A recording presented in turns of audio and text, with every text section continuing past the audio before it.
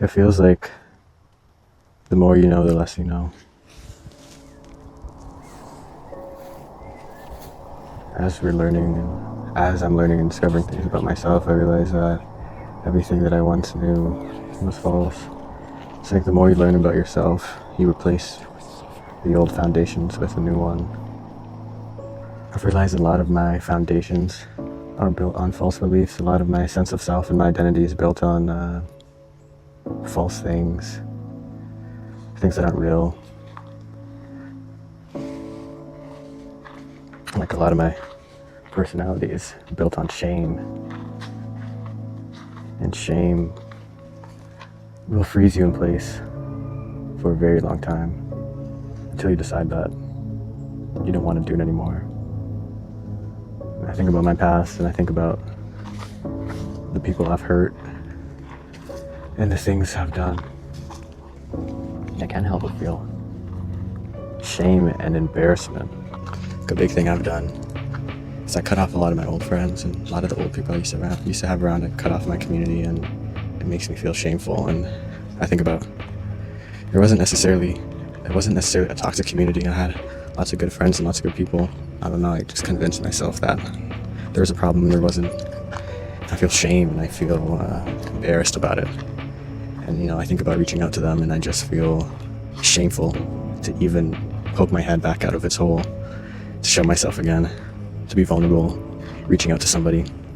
And I think they probably don't even want anything to do with me. They probably, like, who says they're even thinking about me, or they even want to open that door for connection again. I just feel like I made lots of mistakes. The more you know, the less you know. I feel like lately I've been painfully aware that I'm alive. And it's overwhelming. You think about your past and it kind of gives you derealization. It's like, it happened, but all we have is the present. And the only ping of the past is nostalgia or feelings of shame, feelings of grief. And it's like it's not even real at the same time, yet it holds us in place.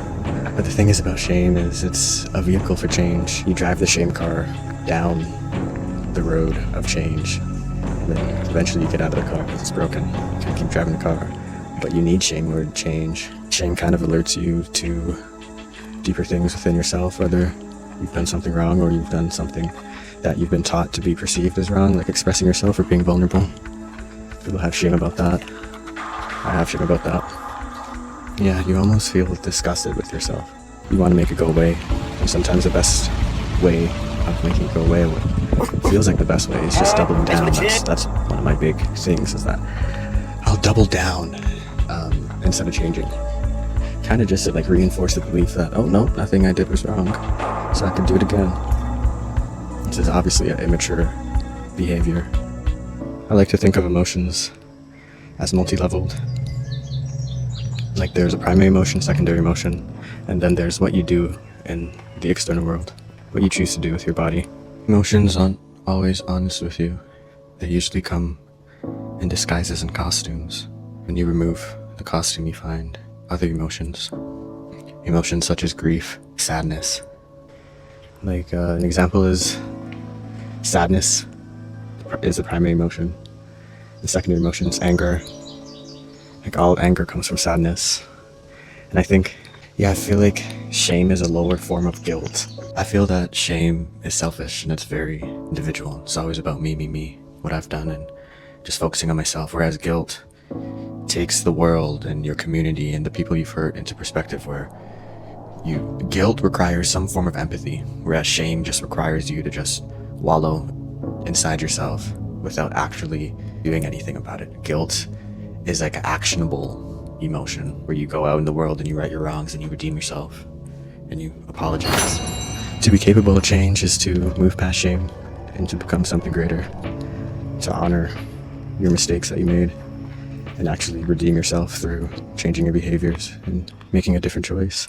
Now, occasionally you're going to get stuck. It's nothing to get upset about.